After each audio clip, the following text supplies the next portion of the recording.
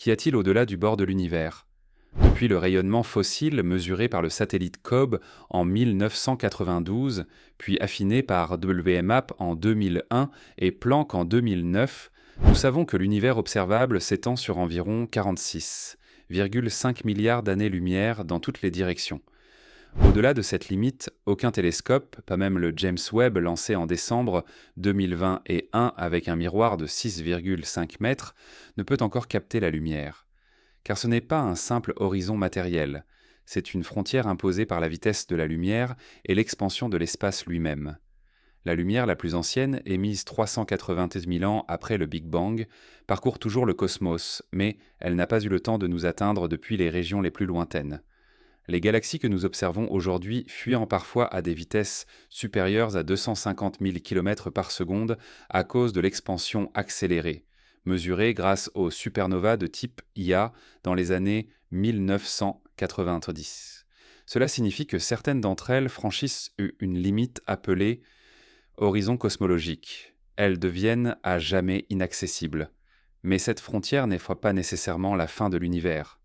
Selon les modèles d'inflation cosmique, l'espace pourrait être beaucoup plus vaste, voire infini, continuant bien au-delà de ce que nous pouvons observer. D'autres hypothèses proposent que notre univers ne soit qu'une bulle dans un vaste multivers, séparé par des zones d'énergie sombre où l'expansion empêche toute communication. Mais une question demeure. Si tout ce que nous voyons n'est qu'une fraction de l'ensemble, alors que cache réellement l'immensité au-delà de notre horizon cosmique?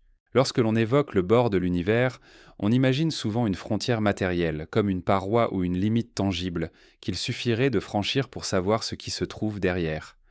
Pourtant, en cosmologie, cette notion ne fonctionne pas ainsi. Le port de l'univers observable n'est pas une barrière physique, mais une conséquence directe de la vitesse de la lumière et de l'expansion de l'espace. La lumière voyage à environ 300 000 km par seconde, une vitesse colossale qui semble presque infinie à l'échelle humaine, mais qui devient une contrainte fondamentale à l'échelle cosmologique. Depuis environ 13,8 milliards d'années, la lumière émise par les premiers instants du cosmos se déplace et remplit le vide. Or, pendant ce laps de temps, l'espace lui-même s'est étiré, porté par une expansion que les mesures des galaxies et du rayonnement fossile confirment. Ainsi, la distance actuelle des objets dont nous recevons la lumière, la plus ancienne, atteint près de 46,5 milliards d'années-lumière. C'est ce que les astrophysiciens appellent l'univers observable. Mais ce terme est trompeur.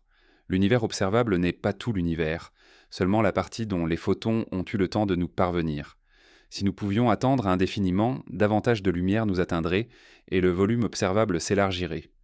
Pourtant, l'accélération de l'expansion, mesurée avec précision dès la fin des années 1990 grâce aux supernovas de type Ia, complique cette perspective.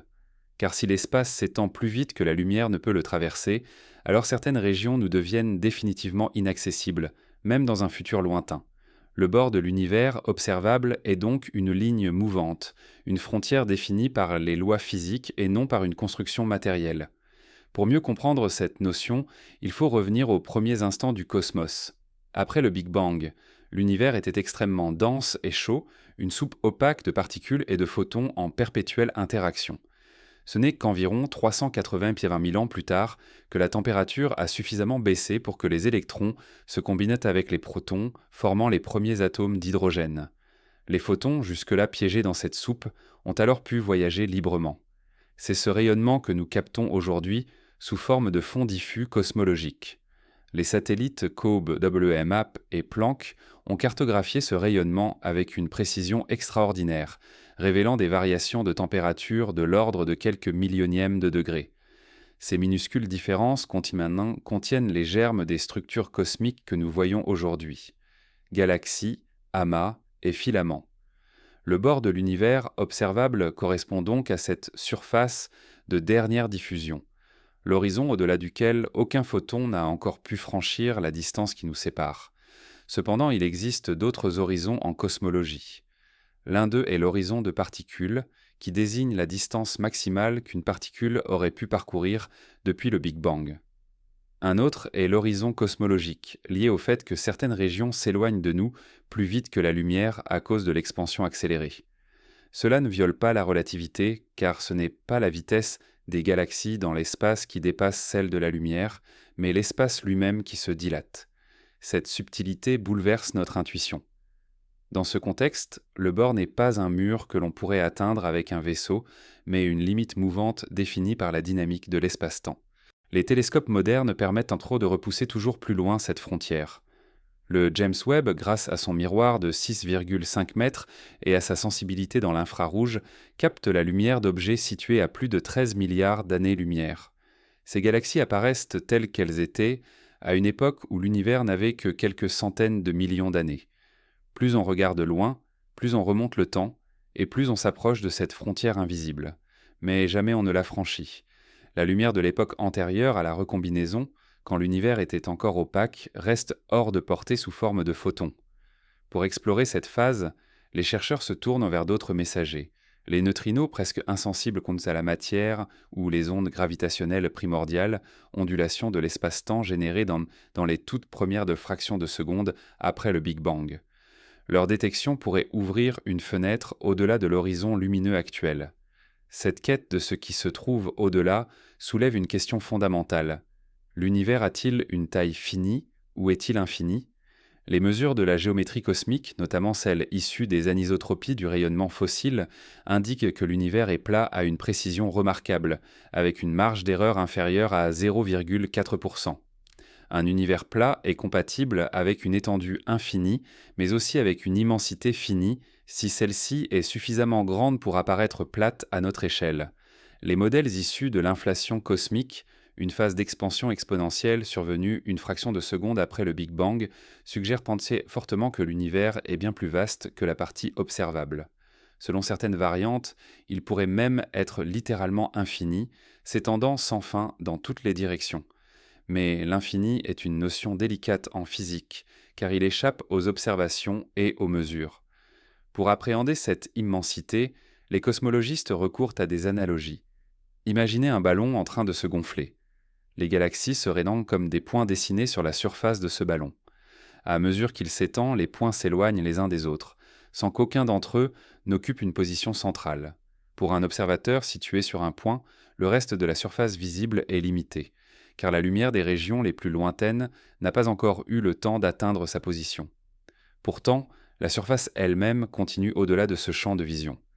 Dans cette image, l'univers observable est comme une portion de la surface, mais la sphère elle-même, si elle est infinie ou immensément vaste, reste hors d'atteinte.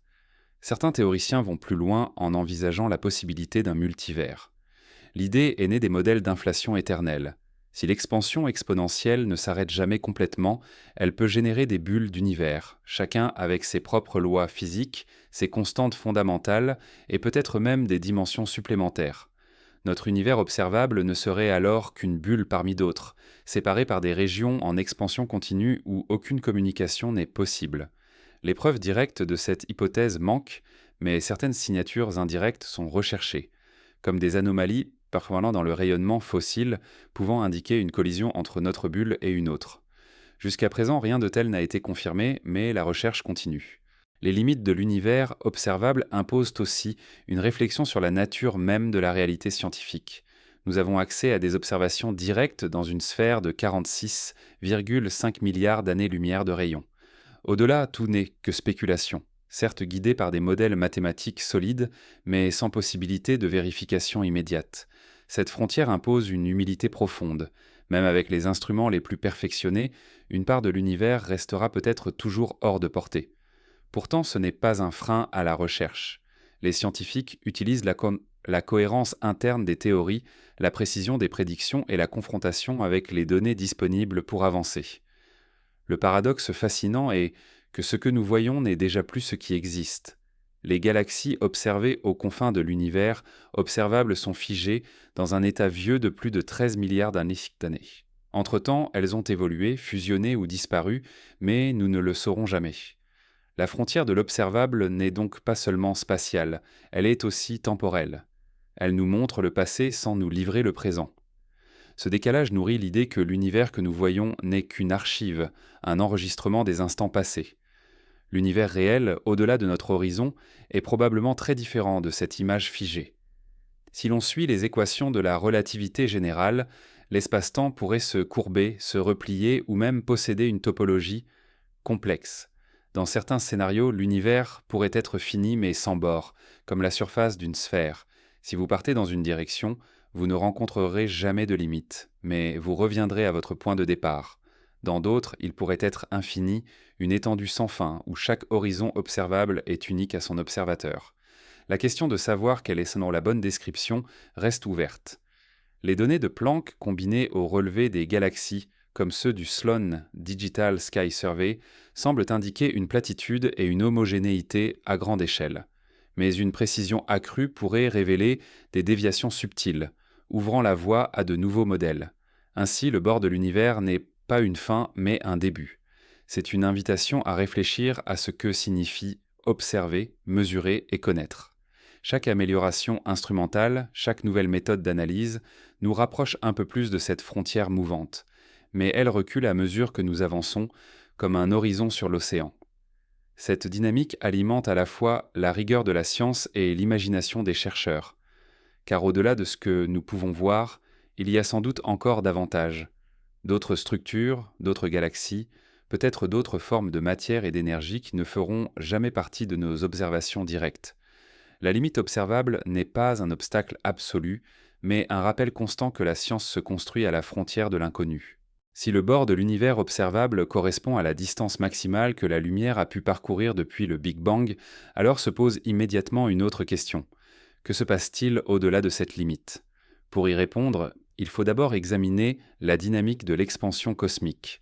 Depuis les années 1920, avec les travaux d'Edwin Hubble, nous savons que l'univers est en expansion. Les galaxies lointaines s'éloignent de nous avec une vitesse proportionnelle à leur distance, une relation aujourd'hui quantifiée par la constante de Hubble, dont la valeur actuelle avoisine 70 km par seconde par mégaparsec, selon les mesures combinées du satellite Planck et des relevés de galaxies. Cette expansion n'est pas un simple mouvement des galaxies à travers l'espace, c'est l'espace lui-même qui s'étire. Ainsi, les distances augmentent, même entre objets qui, localement, ne se déplacent pas. Ce phénomène entraîne des conséquences fascinantes. Une galaxie située à environ 3000 mégaparsecs, soit près de 10 milliards d'années-lumière, s'éloigne déjà à une vitesse supérieure à 200 000 km par seconde. Plus loin encore, certaines galaxies franchissent une vitesse de récession qui dépasse la vitesse de la lumière. Cela ne viole pas la relativité restreinte, car rien ne se déplace localement plus vite que la lumière. C'est l'échelle même de l'espace qui change. Mais cela signifie qu'il existe des régions que nous ne pourrons jamais observer, car la lumière qu'elles émettent ne pourra pas franchir l'expansion pour nous atteindre. Ces zones inaccessibles composent une partie essentielle de ce qu'il y a au-delà du bord. L'idée que l'univers puisse être infini trouve un appui dans les observations du fond diffus cosmologique. Les cartes réalisées par Planck montrent une uniformité à grande échelle, ce qui suggère que notre région de l'univers n'est pas unique. Si, à une telle échelle, tout semble homogène et isotrope, il est logique d'imaginer que ce schéma se poursuit bien au-delà de notre horizon. Autrement dit, l'univers pourrait se prolonger à l'infini, avec d'innombrables galaxies semblables aux nôtres, réparties dans un réseau cosmique sans fin. Mais cette hypothèse soulève une difficulté conceptuelle. Si l'univers est vraiment infini, alors tout ce qui est possible devrait se produire un nombre infini de fois. Statistiquement, il existerait ailleurs des régions identiques à la nôtre, avec des galaxies, des planètes et peut-être même des copies de nous-mêmes. Ce vertige de l'infini n'est pas seulement une question philosophique, mais aussi une conséquence mathématique des modèles cosmologiques les plus simples. Cependant, certains indices laissent penser que l'univers pourrait être immense mais fini. Une topologie spatiale complexe, par exemple celle d'un espace en forme de tore tridimensionnel, permettrait à l'univers d'être fini mais sans bord. Dans un tel scénario, voyager indéfiniment dans une direction vous ramènerait à votre point de départ, comme un jeu vidéo dont les décors se répètent. Les chercheurs explorent cette possibilité en cherchant des motifs répétitifs dans le fond diffus cosmologique, des correspondances entre régions opposées du ciel qui suggéreraient une telle structure. Jusqu'ici, les résultats restent incertains, mais les données continuent d'être analysées avec de nouvelles méthodes. Un autre élément clé est l'énergie sombre. Découverte indirectement en 1998, elle représente environ 68% du contenu énergétique de l'univers et provoque une accélération de l'expansion. Cette accélération signifie que les galaxies lointaines nous échappent de plus en plus vite. Au fil des milliards d'années, même les galaxies actuellement visibles finiront par franchir notre horizon cosmologique. Dans environ 100 milliards d'années, les galaxies extérieures au groupe local auront disparu de notre champ de vision. Les futurs observateurs ne verront alors qu'un univers apparemment vide et statique, ignorant l'existence des milliards de galaxies que nous connaissons aujourd'hui. Cela souligne à quel point notre époque est privilégiée pour l'observation cosmologique. Mais cette accélération ouvre aussi la possibilité que l'univers observable soit une portion infime d'un ensemble bien plus vaste. Dans les modèles d'inflation cosmique, l'espace a connu une expansion exponentielle une fraction de seconde après le Big Bang, multipliant sa taille par un facteur inimaginable. Même une petite région initiale aurait été étirée au-delà de toute limite perceptible. L'inflation explique l'homogénéité de l'univers et la distribution des structures que nous voyons, mais elle implique aussi que la majeure partie de l'univers se trouve au-delà de notre horizon. Dans certaines variantes, l'inflation ne s'arrête jamais complètement, donnant naissance à un processus appelé inflation éternelle. Dans ce cadre, des bulles d'univers se forment en permanence dans un océan en expansion. Chacune de ces bulles pourrait contenir des lois physiques différentes, des constantes fondamentales variées, voire un nombre distinct de dimensions spatiales. L'idée de multivers qui en découle reste spéculative, mais elle gagne en intérêt à mesure que des anomalies apparaissent dans nos observations. Certaines variations dans la température du rayonnement fossile ont été interprétées comme des indices possibles d'interaction avec d'autres univers, bien qu'aucune preuve définitive n'ait été trouvée. Ce genre d'hypothèse montre à quel point la frontière de l'univers observable est une invitation à repousser nos modèles, à imaginer des scénarios où ce que nous voyons n'est qu'une fraction infinitésimale d'un ensemble plus vaste. Si l'on s'en tient à la physique connue, ce qui se trouve au-delà de l'horizon ressemble probablement beaucoup à ce que nous voyons déjà. La continuité des lois et l'homogénéité observée suggèrent que l'univers ne change pas radicalement à grande échelle. Les structures filamenteuses formées par la matière noire et visible s'étendent comme un réseau cosmique, et il est logique de penser que ce réseau se prolonge bien au-delà de notre horizon. Mais rien ne garantit que cette uniformité s'applique à des distances infinies. À une échelle encore plus vaste, l'univers pourrait présenter des zones aux propriétés différentes, des régions de densité ou de composition inhabituelles, voire des ruptures dans la structure de l'espace-temps. Les physiciens cherchent aussi à comprendre ce qu'implique un univers potentiellement infini pour les lois fondamentales. Si l'univers est infini, les constantes physiques que nous mesurons, comme la vitesse de la lumière ou la charge de l'électron, doivent être les mêmes partout pour maintenir la cohérence du modèle. Mais certaines théories, issues notamment de la physique des cordes, suggèrent qu'il pourrait exister un paysage de solutions, avec une multitude possible de valeurs pour ces constantes. Dans ce cas, notre univers observable serait une région particulière où les conditions se trouvent être favorables à la formation des galaxies et de la vie. Cette idée rejoint le principe anthropique, selon lequel nous observons l'univers tel qu'il est parce que seules certaines conditions permettent notre existence. L'exploration de l'infini se heurte aussi à une limite expérimentale. Aucun télescope, même futur, ne pourra franchir l'horizon cosmologique, car il ne s'agit pas d'une barrière matérielle, mais d'une conséquence de la relativité et de l'expansion. Les chercheurs doivent donc recourir à des observations indirectes, comme les effets des ondes gravitationnelles primordiales, ou à des modèles théoriques testés par leur cohérence interne. La recherche de nouvelles particules, de nouvelles interactions ou de déviations dans la loi de gravitation pourrait aussi fournir des indices sur ce qui se cache au-delà. Ainsi, l'expansion infinie de l'univers n'est pas seulement une question de distance ou de taille. Elle touche à la nature même des lois physiques, à la structure de l'espace-temps et à la place de notre monde dans une réalité peut-être beaucoup plus vaste. Chaque mesure, chaque observation des confins de l'univers observable n'est pas seulement une photographie du passé, mais aussi une interrogation sur ce que nous ne verrons jamais. Parler de ce qu'il y a au-delà du bord de l'univers revient inévitablement à interroger la notion même d'horizon cosmologique. Un horizon n'est pas une frontière tangible, mais une limite imposée par la physique et l'histoire de l'expansion. L'horizon de particules, par exemple, délimite la distance maximale qu'une particule aurait pu parcourir depuis le Big Bang.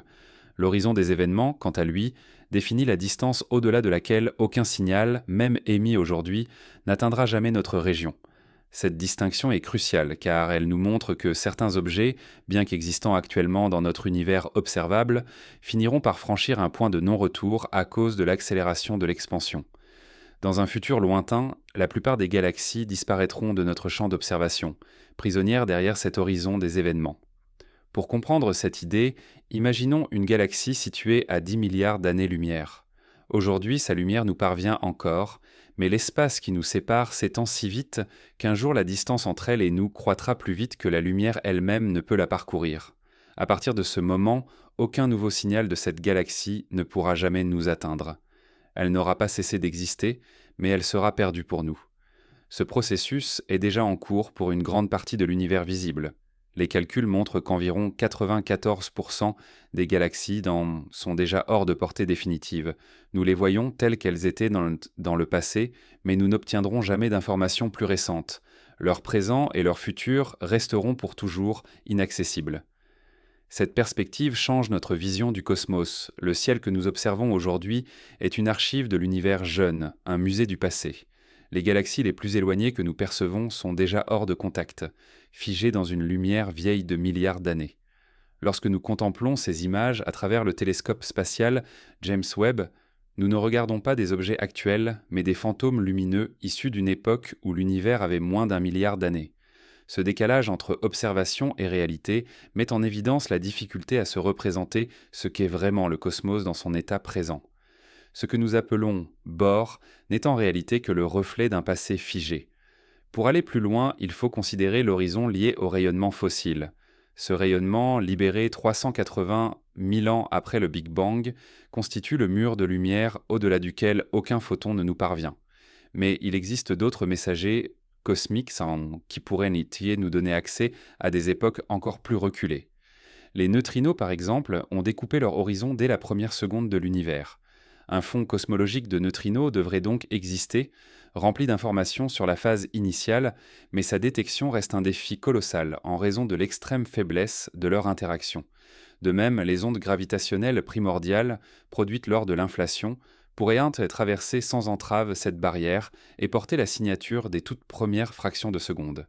Des projets comme LISA ou les réseaux de pulsars tentent de capter ces signaux ténus, ouvrant la possibilité d'observer un horizon bien plus ancien que celui de la lumière.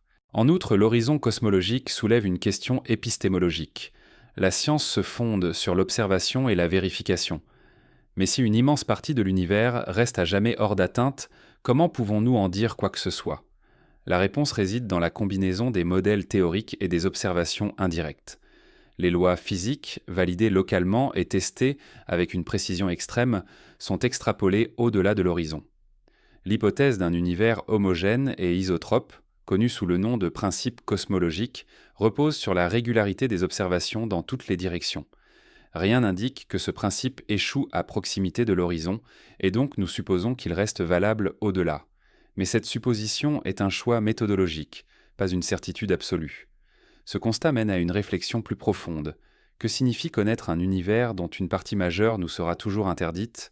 D'un côté, cela peut sembler une limite insurmontable, une frontière définitive à notre quête de savoir. De l'autre, c'est aussi une incitation à l'imagination scientifique. Les modèles de multivers, les hypothèses de dimensions supplémentaires ou les topologies exotiques de l'espace-temps sont autant de tentatives pour dépasser cette barrière conceptuelle. Même sans preuve directe, leur valeur réside dans leur capacité à produire des prédictions testables dans notre univers observable. Par exemple, une interaction hypothétique entre notre bulle cosmique et une autre dans le cadre de l'inflation éternelle pourrait laisser une trace dans le rayonnement fossile, comme un motif circulaire ou une anomalie statistique. Les chercheurs analysent encore les données Lefant de Planck pour traquer de telles signatures. L'horizon cosmologique n'est donc pas seulement une limite physique, mais un champ fertile pour la spéculation scientifique. En nous confrontant à ce que nous ne pouvons pas voir, nous affinons nos méthodes et nos théories. La relativité générale d'Einstein, par exemple, prédit des comportements précis de l'espace-temps que nous avons pu vérifier localement. Si nous admettons que ces lois s'appliquent universellement, alors nous pouvons déduire des propriétés de régions situées bien au-delà de notre horizon. C'est une extrapolation audacieuse, mais qui a jusqu'à présent été confirmée par la cohérence des observations. Elle reste toutefois des zones d'incertitude. La tension actuelle sur la valeur de la constante de Hubble en est un exemple frappant. Les mesures basées sur le fond diffus cosmologique donnent une valeur d'environ 67 km par seconde par mégaparsec, tandis que les mesures directes des supernovas et des céphéides indiquent plutôt 73. Cette différence, appelée tension de Hubble, pourrait révéler une faille dans nos modèles. Si tel était le cas, cela pourrait impliquer des phénomènes physiques nouveaux, affectant la dynamique de l'univers à grande échelle et modifiant notre conception de ce qui se trouve au-delà de l'horizon. Un autre aspect concerne la matière noire, qui représente environ 27% de la densité de l'univers. Invisible mais détectable par ses effets gravitationnels, elle structure le cosmos en filaments et en halos où se forment les galaxies. Si elle possède des propriétés encore inconnues, elle pourrait influer sur la nature des régions situées au-delà de notre horizon. La recherche de particules candidates, comme les WAMP ou les actions, est donc indirectement liée à la question des horizons. Comprendre la matière noire, c'est comprendre la trame même de l'espace qui s'étend au-delà de nos observations. L'énergie sombre, elle, reste encore plus mystérieuse. Sa découverte a bouleversé la cosmologie moderne en révélant que l'expansion de l'univers s'accélère au lieu de ralentir. Si son intensité varie dans le temps ou l'espace, elle pourrait engendrer des horizons dynamiques encore plus complexes. Certains modèles envisagent même des scénarios où l'énergie sombre conduit à un Big Rip, une expansion si rapide que toutes les structures, jusqu'aux atomes, finiraient par être déchirées. Dans un tel cas, l'horizon cosmologique évoluerait de manière dramatique, réduisant progressivement la portion observable de l'univers jusqu'à l'effacement complet de tout contact. Face à ces perspectives, on pourrait penser que l'horizon représente une frontière désespérante. Mais en réalité, il constitue une opportunité unique pour repousser nos capacités d'inférence scientifique. En étudiant les signaux les plus lointains, en traquant les infimes variations du rayonnement fossile, en mesurant la distribution des galaxies et des amas, nous repoussons indirectement cette limite. Chaque donnée supplémentaire affine notre vision et nous permet de poser des hypothèses plus solides sur ce qui se trouve au-delà. L'horizon n'est pas une fin de parcours, mais un point de départ pour l'exploration conceptuelle. Ainsi, la notion d'horizon perdu nous oblige à admettre une vérité fondamentale. Une part de l'univers nous restera toujours inaccessible. Mais cette inaccessibilité n'est pas une barrière au progrès. Au contraire, Octante, elle alimente la recherche, stimule de nouvelles théories et ouvre des perspectives inattendues.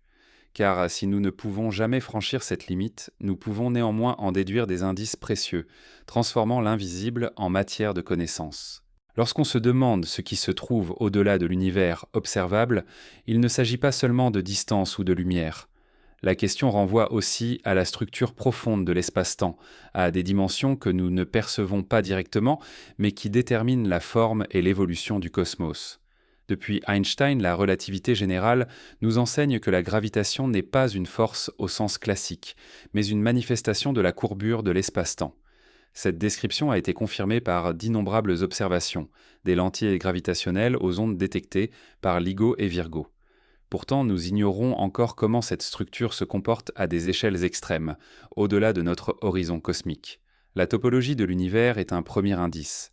Les mesures du fond diffus cosmologique montrent que l'espace semble plat à grande échelle, mais cette platitude peut résulter d'un univers effectivement infini ou bien d'un univers fini mais si vaste que sa courbure est imperceptible à nos instruments. Si la topologie est plus complexe, l'univers pourrait avoir une forme comparable à un tore tridimensionnel. Dans ce cas, voyager en ligne droite assez longtemps ramènerait à son point de départ, comme sur un jeu vidéo dont l'écran se répète indéfiniment. Chercher cette structure cachée consiste à détecter des motifs répétitifs dans le rayonnement fossile. Des corrélations inhabituelles entre zones éloignées du ciel pourraient en révéler que nous observons plusieurs fois les mêmes régions de l'espace. Les analyses menées sur les données de Planck n'ont pas encore confirmé une telle signature, mais les incertitudes laissent comprendre la possibilité ouverte. Un autre niveau de structure concerne la matière noire. Nous savons qu'elle compose environ 27% de la densité énergétique totale de l'univers, contre seulement 5% pour la matière ordinaire. Sans elles, les galaxies n'auraient pas pu se former ni se maintenir, car leur masse visible ne suffit pas à expliquer la cohésion observée. Or, au-delà de notre horizon, la répartition de cette matière invisible devrait se poursuivre, dessinant un gigantesque réseau de filaments et de vides. Les simulations numériques, comme celle du projet Illustris ou du Millennium Simulation, montrent que la matière noire structure l'univers à toutes les échelles. Ces modèles indiquent que ce réseau ne s'arrête pas à nos frontières observables. Il doit se prolonger, peut-être à l'infini. Ainsi, au-delà du bord, la structure cachée pourrait être un maillage cosmique semblable à celui que nous cartographions, mais multiplié à une échelle que nous ne pouvons qu'imaginer. Cependant, la matière noire pourrait ne pas être uniforme. Si elle s'est composée de particules encore inconnues, comme les WIMP ou les actions, leur distribution pourrait varier selon des mécanismes liés à l'inflation ou à des champs physiques au-delà du modèle standard. Cela ouvrirait la possibilité que les régions au-delà de notre horizon aient des densités de matière noire différentes, modifiant radicalement la formation des galaxies et des structures. Nous n'avons aucun moyen direct de le vérifier, mais les irrégularités de la distribution observable suggèrent que la structure globale de l'univers n'est pas parfaitement homogène. Ces variations pourraient se multiplier à plus grande échelle, créant un cosmos où chaque horizon observable présente une histoire et une apparence uniques. L'énergie sombre, qui représente près de 68% de l'univers, ajoute un autre mystère à cette structure cachée. Nous savons qu'elle provoque une accélération de l'expansion, mais son origine reste inconnue. Est-ce une constante cosmologique, une propriété inhérente de l'espace-temps, ou bien un champ dynamique qui varie dans le temps et l'espace? Si la seconde hypothèse est correcte, alors les régions au-delà de notre horizon pourraient être soumises à une intensité différente d'énergie sombre. Cela pourrait engendrer des zones d'expansion plus rapides ou plus lentes, des contrastes qui influenceraient la morphologie de l'univers à une échelle inaccessible. Certains modèles théoriques envisagent même des transitions de phase de l'énergie sombre, créant des bulles aux propriétés physiques distinctes. Dans ce cadre, l'univers observable n'est qu'une région particulière, entourée d'autres régions aux structures radicalement différentes. La physique quantique complique encore la vision de cette structure. À des échelles infimes, l'espace-temps pourrait ne pas être lisse mais granulaire, animé de fluctuations appelées mousses quantiques. Cette idée proposée par John Wheeler suggère que la géométrie de l'espace à l'échelle de Planck, 10 à la puissance moins 35 mètres, est en perpétuel changement, avec des tunnels et des courbures apparaissant et disparaissant sans cesse. Si tel était le cas, la structure profonde de l'univers au-delà de notre horizon pourrait être marquée par des phénomènes que nous ne percevons pas à grande échelle. Des connexions hypothétiques, comme le trou de verre, pourraient exister à ces échelles, reliant des régions distantes de l'univers ou même des univers différents. Ces scénarios restent hautement spéculatifs, mais ils s'inscrivent dans une tentative de réconcilier relativité générale et mécanique quantique, deux piliers encore irréconciliés de la physique moderne. Les théories des cordes apportent une autre perspective. Elles postulent que les particules fondamentales ne sont pas ponctuelles, mais constituées de cordes vibrantes dans un espace à 10 ou 11 dimensions. Dans ce cadre, les 3 dimensions spatiales que nous percevons ne seraient qu'une partie de la réalité. Les dimensions supplémentaires, repliées sur elles-mêmes à une échelle minuscule, influenceraient les lois physiques que nous observons. Si cette idée est correcte, alors au-delà de l'univers observable se déploieraient non seulement d'autres régions spatiales, mais aussi des dimensions cachées qui échappent à notre perception. Cela signifie que la véritable structure de l'univers est bien plus complexe que celle que nous cartographions. L'horizon ne serait pas seulement une limite de distance, mais une frontière d'accès à des dimensions encore inexplorées. Une autre piste vient de la recherche sur les constantes fondamentales. Les valeurs de la vitesse de la lumière, de la constante de Planck ou de la charge de l'électron semblent fixes dans notre univers observable. Mais certaines théories admettent qu'elles pourraient en varier dans l'espace. Si tel était le cas, alors les lois physiques pourraient ne pas être universelles. Dans des régions situées au-delà de notre horizon, la gravité, l'électromagnétisme ou la structure atomique pourraient obéir à d'autres règles. Ces différences ne seraient pas seulement théoriques. Elles impliqueraient que les galaxies, les étoiles et même la matière elle-même y seraient radicalement différents. L'univers observable serait alors une enclave particulière dans une mosaïque cosmique de structures divergentes. Il est également possible que la structure cachée de l'univers se révèle dans des anomalies subtiles déjà présentes dans nos observations. Des chercheurs ont noté des asymétries dans le rayonnement fossile, comme l'axe du mal, une orientation préférentielle inexplicable dans les fluctuations de température. Si cette anomalie est réelle et non un artefact, elle pourrait refléter l'influence de régions au-delà de notre horizon. Ces indices, bien que controversés, alimentent l'idée que ce que nous voyons n'est pas toute l'histoire. Derrière le voile lumineux du fond diffus, une structure plus vaste et peut-être plus complexe se dessine. Enfin, il faut évoquer la possibilité que la structure cachée ne soit pas seulement spatiale mais aussi temporelle. Les équations de la relativité permettent des univers cycliques, où expansion et contraction alternent dans des cycles infinis. Dans ce cadre, ce qui existe au-delà de notre horizon ne serait pas seulement une autre région de l'espace, mais peut-être une autre ère du cosmos, un univers antérieur ou futur relié au nôtre. Certains modèles quantiques de la gravité bouclée envisagent de même que le Big Bang ne soit pas une singularité, mais un rebond, où un univers précédent a cédé la place au nôtre. Ainsi, au-delà de notre horizon, il pourrait y avoir non seulement d'autres lieux, mais aussi d'autres temps. La structure cachée de l'univers, qu'elle soit géométrique, matérielle, énergétique ou temporelle, reste insaisissable à nos instruments actuels. Mais chaque indice, chaque anomalie, chaque hypothèse élargit notre compréhension de ce que signifie réellement au-delà du bord. Car si l'univers observable est déjà vertigineux, ce qui se cache derrière pourrait être encore plus vaste et complexe, une trame que nous ne faisons qu'effleurer. Face à l'impossibilité de franchir l'horizon cosmologique, la stratégie des scientifiques consiste à chercher des preuves indirectes. L'histoire de la cosmologie montre que l'invisible peut se révéler grâce à des traces mesurables, même si l'objet d'origine reste hors de portée.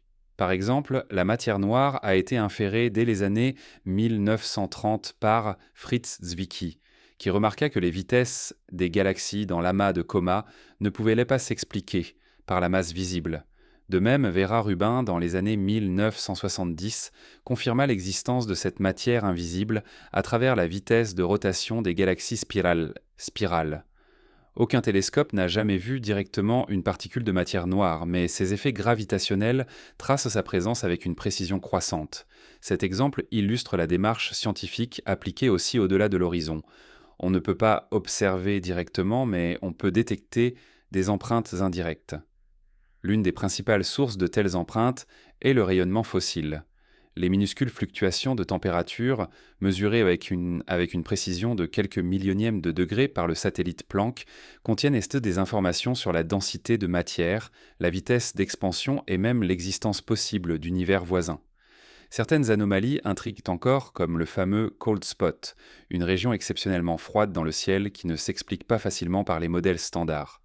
Certains chercheurs proposent qu'il pourrait s'agir de la trace laissée par une interaction entre notre bulle d'univers et une autre, dans le cadre de l'inflation éternelle. Bien que cette interprétation reste controversée, elle illustre la manière dont des observations locales peuvent servir de fenêtre sur des réalités situées au-delà de notre horizon. Une autre piste repose sur les ondes gravitationnelles. En 2015, LIGO détecta pour la première fois les ondulations de l'espace-temps provoquées par la fusion de deux trous noirs à plus d'1 milliard d'années-lumière. Cet exploit prouve que les ondes gravitationnelles transportent des informations à travers l'univers sans être bloquées par la matière. Or, si des ondes gravitationnelles primordiales existent, issues des toutes premières en fractions de secondes après le Big Bang, elles pourraient nous donner accès à une époque antérieure à la libération du rayonnement fossile. Leur détection y permettrait de tester directement l'hypothèse de l'inflation et peut-être d'obtenir des indices sur la structure de l'univers bien au-delà de l'observable. Les chercheurs tentent de capter ces ondes à travers les effets de polarisation du rayonnement fossile ou grâce à des projets spatiaux comme LISA, prévus pour les années 2030. Chaque progrès dans ce domaine constitue une tentative de franchir indirectement la barrière de l'horizon. Les neutrinos constituent une autre fenêtre possible. Produits en abondance lors des premières de secondes du cosmos, ils devraient en former un fond cosmologique fossile de neutrinos, similaire au fond diffus cosmologique mais datant d'une époque encore plus reculée. Ce CNB, pour Cosmic Neutrino Background, n'a pas encore été détecté directement, car les neutrinos interagissent extrêmement peu avec la matière. Pourtant, leur existence est une conséquence inévitable des modèles standards. Si un jour la technologie permet de les mesurer, ils offriraient un regard unique sur une phase de l'univers inaccessible autrement, nous donnant des informations indirectes sur ce qui se cache au-delà du mur lumineux actuel. Les grandes structures cosmiques constituent également un laboratoire d'études indirectes. Les relevés cartographiques, comme ceux du Sloan Digital Sky Survey, tracent la répartition des galaxies sur des milliards d'années-lumière. Cette cartographie révèle un motif de filaments et de vide, appelé toile cosmique. Ce schéma est cohérent avec les prédictions des modèles cosmologiques basés sur la matière noire froide. Or, la continuité de ces structures suggère fortement qu'elles se prolongent au-delà de l'horizon observable. Les motifs que nous voyons ici sont donc des indices indirects de ce qui se trouve plus loin. Les simulations numériques, en reproduisant ces structures sur ordinateur, confirment cette extrapolation. La toile cosmique ne s'arrête pas à la limite de nos télescopes. D'autres preuves indirectes pourraient s'entendre se cacher dans les propriétés même des constantes physiques. Si celles-ci varient dans l'espace, comme certaines théories le suggèrent, alors nous pourrions en détecter la trace dans la lumière des quasars lointains. Certains résultats préliminaires indiquent donc de petites variations possibles de la constante de structure fine, mais les incertitudes en sont encore trop grandes pour tirer une conclusion. Si ces variations se confirmaient, elles impliqueraient que les lois physiques ne sont pas identiques partout, et donc que les régions au-delà de notre horizon pourraient obéir à des règles différentes. Ainsi, chaque mesure de précision est une enquête sur ce qui échappe à notre vue directe. Il faut aussi mentionner l'approche statistique. Les modèles cosmologiques modernes reposent sur des équations différentielles décrivant la dynamique de l'expansion et la croissance des structures. Ces équations produisent des prédictions testables que nous comparons aux observations. Lorsque la concordance est bonne, nous avons une raison de croire que les mêmes lois s'appliquent au-delà de l'observable. Par exemple, la relation entre la densité de matière et les fluctuations du rayonnement fossile a été confirmée avec une précision remarquable. Cette cohérence interne constitue en elle-même une preuve indirecte. Si nos modèles fonctionnent si bien ici, il est logique de penser qu'ils restent valides plus loin. Mais il existe aussi des anomalies qui échappent à cette cohérence. L'alignement inhabituel de certaines multipôles dans le rayonnement fossile, surnommé l'axe du mal, ou encore la distribution des superamas de galaxies, pourraient être des indices que notre univers observable n'est pas parfaitement représentatif du tout. Ces anomalies sont étudiées avec prudence, car elles peuvent résulter d'erreurs systématiques ou de coïncidences statistiques. Toutefois, si elles étaient confirmées, elles constitueraient des preuves indirectes que l'univers, au-delà de notre horizon, diffère de ce que nous voyons ici. Enfin, les expériences de physique des particules jouent un rôle clé. Les accélérateurs comme le LHC explorent les énergies où de nouvelles particules pourraient exister, peut-être liées à la matière noire ou à des dimensions supplémentaires. Bien que ces recherches soient locales, elles éclairent notre compréhension globale. Découvrir une nouvelle particule ou une nouvelle force pourrait modifier notre conception de la structure cosmique et de ce qui se trouve au-delà de l'observable. Par exemple, si une particule candidate à l'énergie sombre était identifiée, nous pourrions mieux comprendre pourquoi l'expansion s'accélère et comment elle influence l'horizon cosmologique. Toutes ces approches partagent une caractéristique commune. Elles ne franchissent donc pas directement l'horizon, mais elles le contournent par l'inférence, l'analyse et la prédiction. Le bord de l'univers observable n'est donc pas une barrière infranchissable à la connaissance. Il devient un défi méthodologique. Comment obtenir des informations fiables sur une réalité que nous ne verrons jamais ? La réponse réside dans ces preuves indirectes qui transforment des signaux faibles et dispersés en indices puissants sur la nature du cosmos. L'idée que l'univers observable ne soit qu'une bulle parmi d'autres n'est pas née de la science-fiction, mais des équations même de la cosmologie moderne. Depuis que les modèles d'inflation cosmique ont été proposés dans les années 1980, les physiciens ont compris que cette expansion exponentielle, censée expliquer l'homogénéité et la platitude de notre univers, pourrait ne jamais s'arrêter complètement. Certaines régions de l'espace continuent à gonfler à un rythme effréné, créant des zones où l'inflation persiste alors que d'autres se stabilisent. Le résultat est une mosaïque de bulles d'univers, chacune séparée des autres par un espace en expansion constante. Dans ce scénario d'inflation éternelle, notre univers observable n'est qu'une région limitée dans un ensemble beaucoup plus vaste, parfois appelé multivers. Ces univers parallèles ne seraient pas nécessairement identiques aux nôtres. En fonction des conditions initiales, des fluctuations quantiques et des lois locales, chacun pourrait posséder des caractéristiques différentes. Dans certains, les constantes fondamentales comme la charge de l'électron ou la masse du proton pourraient avoir d'autres valeurs, rendant impossible la formation d'atomes stables. Dans d'autres, la gravité pourrait être plus forte ou plus faible, modifiant radicalement la dynamique cosmique. Certains univers pourraient s'effondrer presque immédiatement après leur naissance, tandis que d'autres resteraient sans vides et froids, sans galaxies ni étoiles. Le nôtre se situe dans une région particulièrement propice, où les conditions permettent la formation des structures complexes et, ultimement, de la vie. Cette diversité potentielle soulève le principe anthropique, selon lequel nous observons l'univers tel qu'il est parce que seules certaines conditions rendent point possible l'émergence d'observateurs. Ce principe, souvent controversé, n'est pas une explication au sens strict, mais un constat. Si l'univers était radicalement différent, nous ne serions pas là pour le constater. Dans le cadre du multivers, il prend une signification particulière car il explique pourquoi notre bulle possède précisément les constantes nécessaires. Ce n'est pas que ces constantes soient universelles, mais simplement que nous vivons dans une bulle compatible avec l'existence d'observateurs. Certains chercheurs cherchent à croire des preuves indirectes de l'existence d'autres univers. Une hypothèse est qu'une collision entre deux bulles cosmiques pourrait laisser une empreinte observable. Si dans le passé, notre bulle a rencontré une autre, l'interaction aurait pu produire des anomalies dans le rayonnement fossile, comme des cercles concentriques ou des variations de température inhabituelles. Des équipes ont analysé les données de WMAP et de Planck à la recherche de telles signatures. Bien qu'aucune preuve définitive n'ait été trouvée, certaines anomalies, comme le cold spot, restent bien incompatibles avec cette interprétation. Ces pistes demeurent spéculatives, mais elles montrent que l'idée de multivers n'est pas totalement hors de portée de la vérification expérimentale. Au-delà de l'inflation éternelle, d'autres modèles théoriques suggèrent des univers parallèles. La théorie des cordes, Poisson par exemple, propose un paysage de solutions, avec un nombre colossal d'univers possibles correspondant à différentes configurations des dimensions supplémentaires et des champs fondamentaux. Selon cette vision, notre univers observable est une réalisation particulière parmi un ensemble quasi infini de possibilités. Les lois de la physique que nous considérons comme universelles pourraient n'être que des lois locales, valables uniquement dans notre bulle.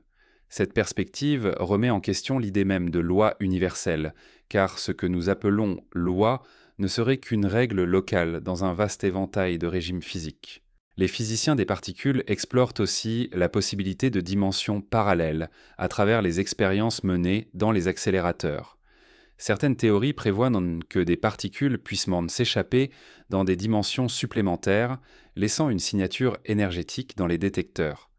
Bien que ces résultats n'aient pas encore confirmé l'existence de telles dimensions, leurs recherches témoignent de l'effort pour tester expérimentalement des idées issues de la cosmologie théorique. Si ces dimensions existent, elles pourraient constituer un pont vers d'autres univers, connectés aux nôtres par des mécanismes encore inconnus. D'un point de vue mathématique, les univers parallèles apparaissent aussi dans l'interprétation des mondes multiples de la mécanique quantique. Selon cette vision, chaque interaction quantique produit une bifurcation de l'univers, créant des réalités parallèles où chaque possibilité se réalise. Ce multivers quantique est différent du multivers inflationnaire, mais il illustre la tendance des théories physiques à générer spontanément l'idée de mondes multiples. Dans un cas, ce sont des bulles séparées dans un espace en expansion. Dans l'autre, ce sont des branches de la réalité se superposant dans une structure quantique globale. Ces modèles ne décrivent pas nécessairement le même type d'univers, mais ils convergent vers une idée commune. Notre monde observable n'est pas unique. Si les univers parallèles existent, leur influence pourrait être subtile, mais mesurable. Une collision ancienne, une fuite d'énergie dans une dimension supplémentaire ou une anomalie statistique dans le rayonnement fossile pourraient être les signes avant-coureurs d'une réalité plus vaste. Les chercheurs restent prudents, car il est facile de confondre de telles anomalies avec des artefacts instrumentaux ou des coïncidences de statistiques. Pourtant, le simple fait de chercher montre que l'hypothèse du multivers est traitée avec sérieux par une partie de la communauté scientifique. Elle n'est pas encore démontrée, mais elle est considérée comme une conséquence naturelle de plusieurs cadres théoriques cohérents. Il existe aussi des approches philosophiques de la question. Si un multivers existe, alors notre univers observable n'est pas le centre de la réalité, mais une parcelle parmi d'innombrables autres. Cela bouleverse notre conception de la place de l'humanité, déjà déplacée de la Terre au centre du système solaire, puis du Soleil au centre de la galaxie, et maintenant de notre galaxie au centre du cosmos observable. L'idée de multivers prolonge cette décentralisation, suggérant que même l'univers dans son ensemble n'est pas unique, mais un cas particulier parmi d'autres.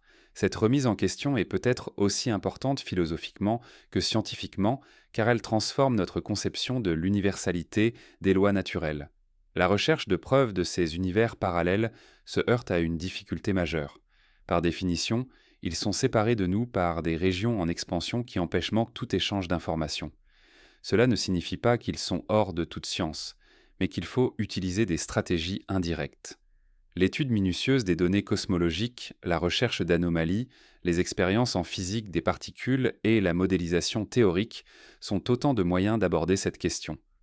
Même si la preuve définitive échappe encore, chaque indice nous rapproche d'une meilleure compréhension de la structure globale de la réalité.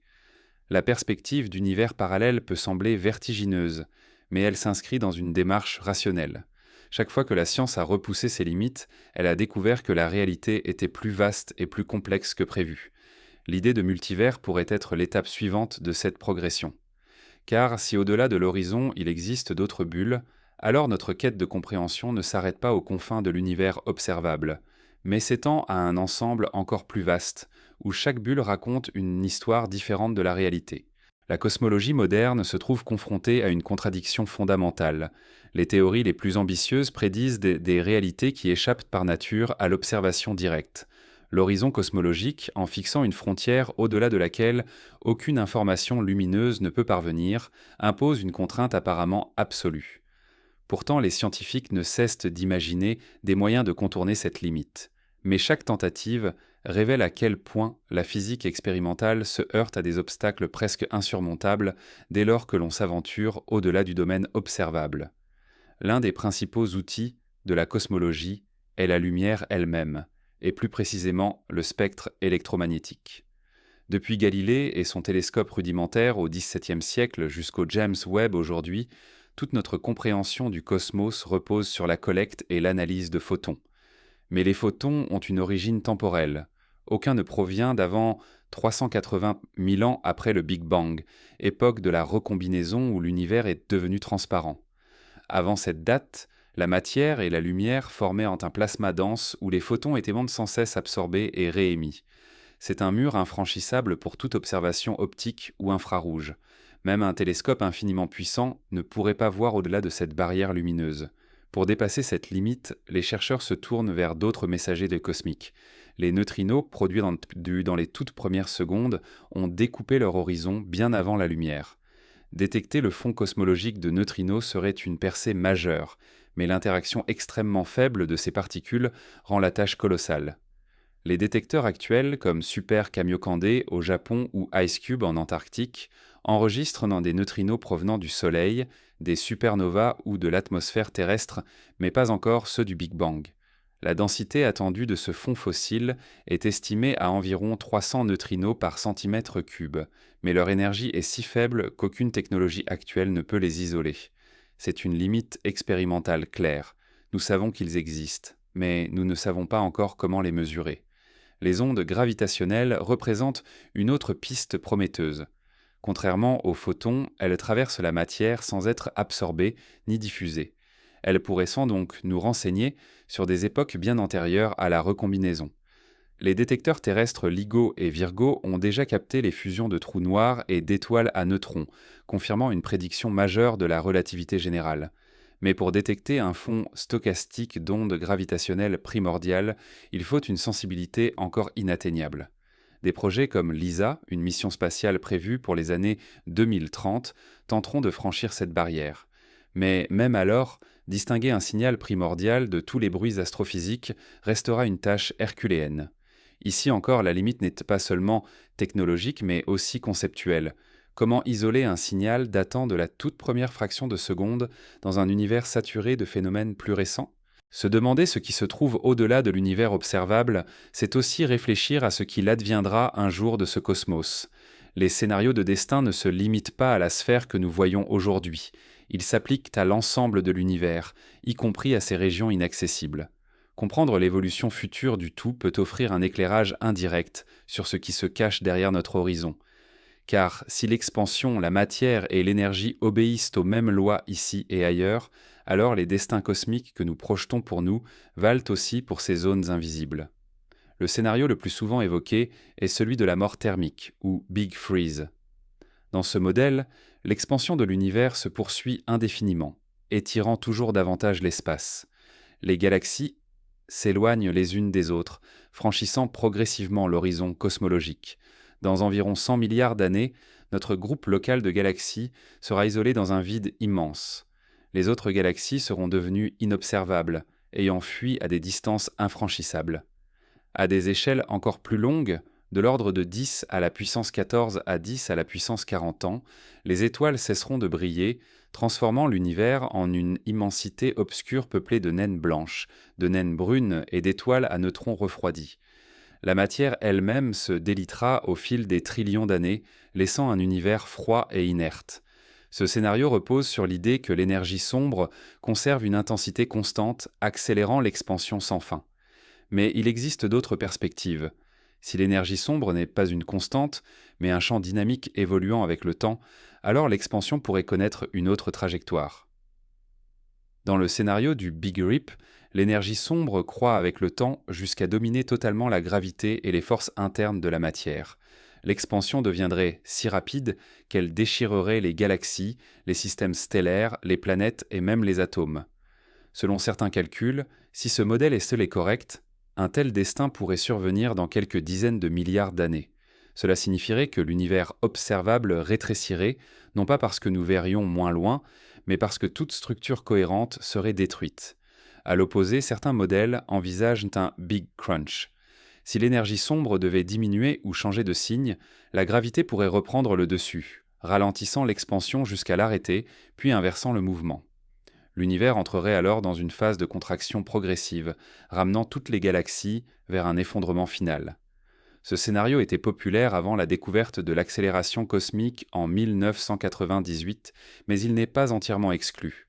Tout dépend de la nature réelle de l'énergie sombre, encore largement mystérieuse. Un univers en Big Crunch se replierait sur lui-même, ce qui signifierait que ce qui se trouve au-delà de notre horizon finirait par revenir vers nous, comme si la frontière se dissipait au fil de la contraction. Une variante de ce modèle est le Big Bounce, ou grand rebond.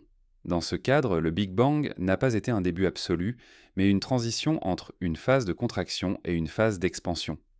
L'univers pourrait donc être cyclique, enchaînant des Big Bangs et des Big Crunch à travers des cycles infinis. Dans cette perspective, ce qui se trouve au-delà de l'univers observable n'est pas seulement spatial mais aussi temporel. D'autres aires cosmiques existeraient, séparées par des rebonds successifs. Certains modèles de gravité quantique à boucle prédisent ce type de scénario, suggérant que la singularité du Big Bang pourrait être remplacée par une phase dense mais finie, évitant les paradoxes des densités infinies. Un autre destin possible est celui d'un univers métastable.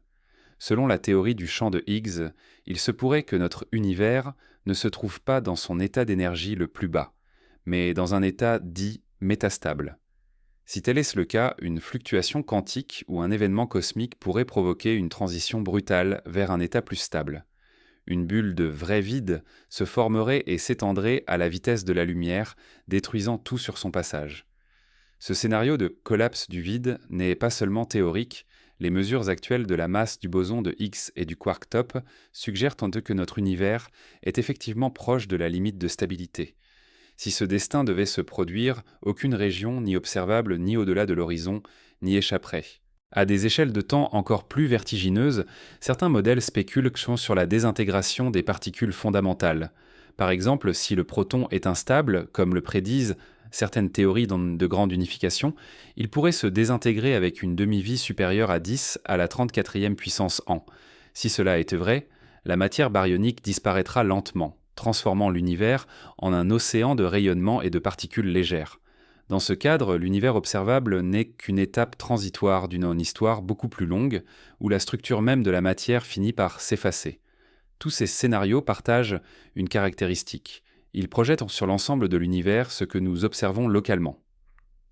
Autrement dit, si l'énergie sombre, la matière noire et les constantes physiques sont uniformes dans notre horizon, alors il est raisonnable de penser qu'elles le sont aussi au-delà. Mais cette extrapolation reste une hypothèse, car si des régions lointaines possèdent des propriétés différentes, alors leur destin pourrait diverger d'une autre.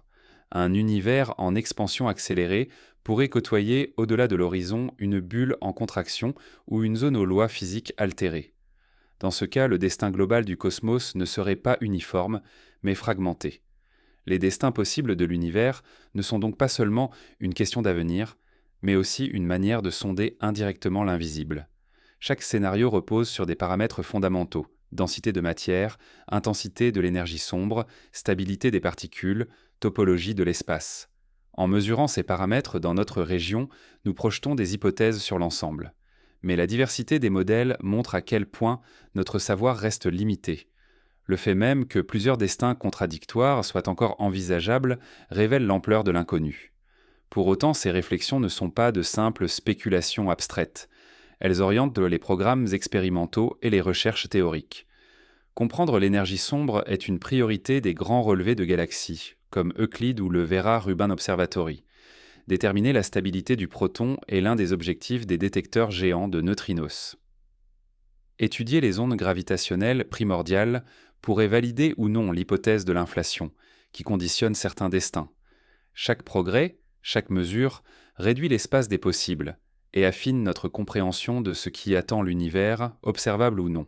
Ainsi, envisager les destins possibles du cosmos revient à interroger le futur de ce qui se cache au-delà de l'horizon.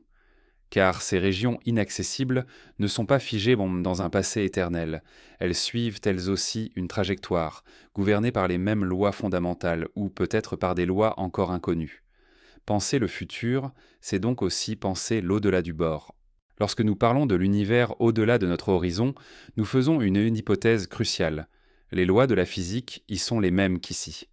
La relativité générale, la mécanique quantique, les constantes fondamentales comme la vitesse de la lumière, la constante de Planck ou la charge de l'électron seraient universelles. Mais qu'adviendrait-il si cette hypothèse était fausse? Si les constantes variaient dans l'espace, alors l'univers au-delà du bord pourrait obéir à des règles différentes, façonnant des mondes radicalement étrangers. L'idée que les constantes fondamentales puissent varier n'est pas qu'une spéculation philosophique. Elle a été sérieusement envisagée par les physiciens depuis plusieurs décennies. L'une des plus étudiées est la constante de structure fine, notée alpha, qui mesure l'intensité de l'interaction électromagnétique. Sa valeur actuelle est d'environ 1 sur 137, mais certaines observations de quasars lointains, dont la lumière a voyagé pendant plus de 10 milliards d'années, ont suggéré de possibles variations de cette constante au fil du temps et de l'espace.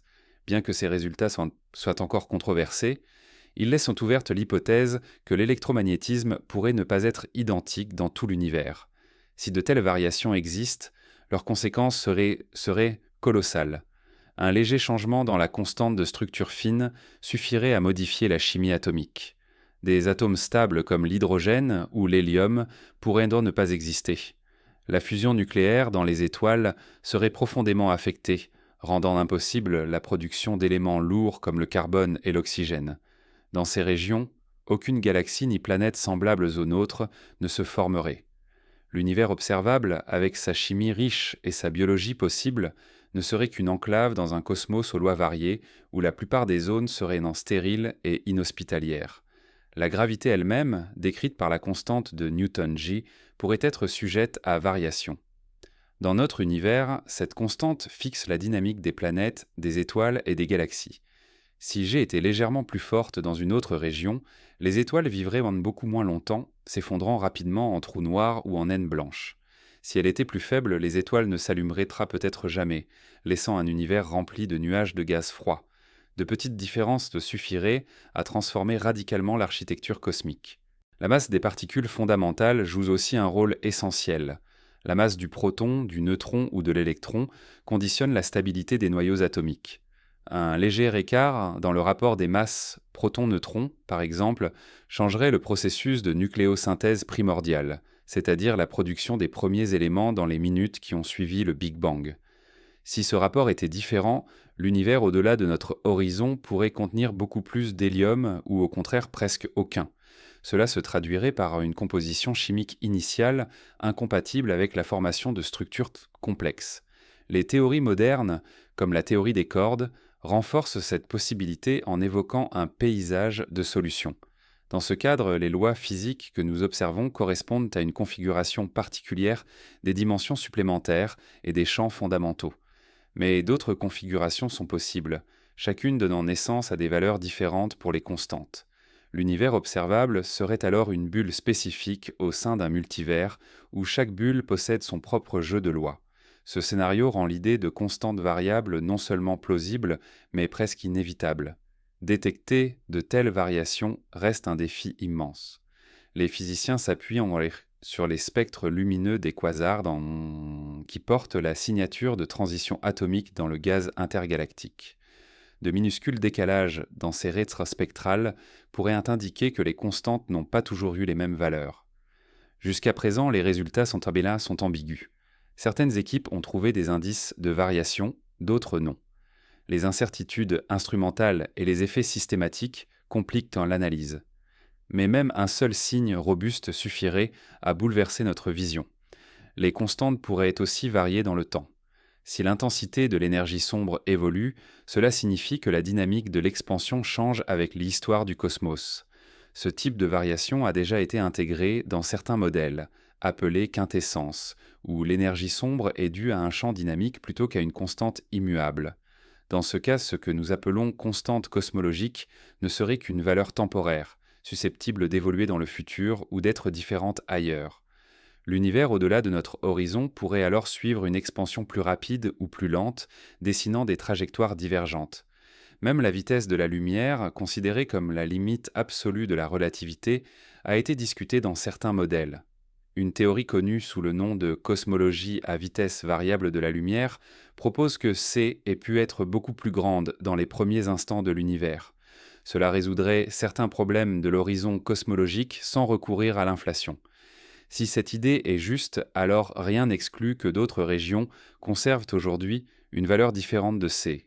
Cela changerait tout, des équations de la relativité à la propagation de la lumière, et signifierait que l'univers observable n'est pas représentatif du tout.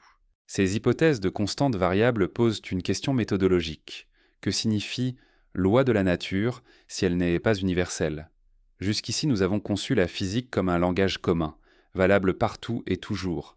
Mais si les lois diffèrent d'une région à l'autre, alors notre physique n'est qu'une description locale. Cela ne la rend pas fausse, mais partielle. Elle décrit notre bulle d'univers, pas nécessairement le reste. Dans ce cas, l'univers observable est une fenêtre sur une réalité fragmentée, où chaque horizon pourrait abriter ses propres règles. La possibilité de constantes variables rejoint aussi le principe anthropique. Si d'innombrables configurations existent, seules celles compatibles avec la formation d'étoiles, de planètes et de vie seront observées par des êtres conscients. Notre univers n'aurait donc rien de spécial, sinon d'avoir les paramètres adéquats. Ce principe est souvent critiqué pour son manque de pouvoir prédictif, mais il illustre bien le lien entre les constantes et la possibilité d'observer. Sans les bonnes valeurs, il n'y aurait personne pour poser la question de ce qui se trouve au-delà de l'horizon. Ainsi, l'étude des constantes fondamentales, de leur stabilité et de leurs variations possibles est bien plus qu'une curiosité théorique. Elle pourrait être la clé pour comprendre la diversité potentielle de l'univers au-delà du bord. Car si les lois diffèrent ailleurs, alors l'horizon n'est pas seulement une limite spatiale, mais une frontière entre mondes régie par des règles distinctes. Lorsque l'on parle du bord de l'univers, il est tentant d'imaginer une limite spatiale nette, comme la surface d'un océan ou le mur d'une enceinte. Pourtant, les frontières qui séparent notre horizon observable du reste du cosmos ne sont ni visibles ni matérielles. Elles sont mathématiques, liées à la vitesse de la lumière, à l'expansion de l'espace et à la nature des lois physiques. Mais il existe aussi l'hypothèse de véritables transitions cosmiques, des zones où les conditions changent radicalement, au point de constituer des frontières invisibles mais bien réelles entre différentes régions de l'univers. L'un des modèles les plus étudiés est celui de l'inflation éternelle. Dans ce cadre, notre univers est une bulle stabilisée dans un champ d'énergie en expansion continue. Les bulles se forment les unes à côté des autres, séparées par des zones où l'inflation se poursuit. Ces régions sont inaccessibles, car l'espace entre elles s'étend plus vite que la lumière ne peut le parcourir. La frontière entre deux bulles n'est pas un mur physique, mais une zone où les conditions changent. Les lois fondamentales, les constantes physiques et même le nombre de dimensions pourraient y être différents. Ainsi, ce que nous appelons horizon cosmologique pourrait masquer non seulement de la distance, mais aussi une transition vers une réalité distincte. Une autre possibilité réside dans la topologie de l'espace-temps. Les équations de la relativité générale autorisent donc des configurations où l'univers n'étant pas simplement étendu de façon homogène, mais connecté par des structures exotiques comme des trous de verre. Si de tels passages existent, ils constitueraient des frontières invisibles entre différentes régions du cosmos, voire entre différents univers. À ce jour, aucune preuve n'a confirmé leur existence, mais la physique quantique et la gravité pourraient en permettre de tels phénomènes à très petite échelle. Si l'univers, au-delà de notre horizon, comporte de telles connexions, alors ces frontières ne seraient pas seulement celles de la lumière, mais des portails potentiels vers d'autres espaces-temps. Les domaines de phase de l'énergie sombre constituent une autre hypothèse. Si l'énergie sombre est un champ dynamique, elle pourrait connaître des transitions semblables à celles de la matière lorsqu'elle change d'état, comme l'eau passant de liquide à solide. De telles transitions pourraient même créer des bulles d'univers aux propriétés distinctes, séparées par des parois énergétiques. Ces parois seraient invisibles à nos yeux, mais constitueraient non intro des frontières physiques bien réelles. Elles marqueraient des limites où les constantes fondamentales changent, où la densité d'énergie se réorganise, créant une séparation entre notre univers observable et des régions radicalement différentes. Les frontières invisibles peuvent aussi être statistiques. Le principe cosmologique postule que l'univers est homogène et isotrope à grande échelle, mais cette hypothèse est fondée uniquement sur les observations accessibles. Si au-delà de l'horizon l'univers devenait anisotrope ou inhomogène, alors il existerait des zones aux propriétés différentes, séparées tant non par des murs mais par des changements progressifs de densité et de structure. La frontière serait alors un gradient, une transition graduelle où les lois de la physique demeurent mais s'expriment dans un contexte matériel radicalement transformé.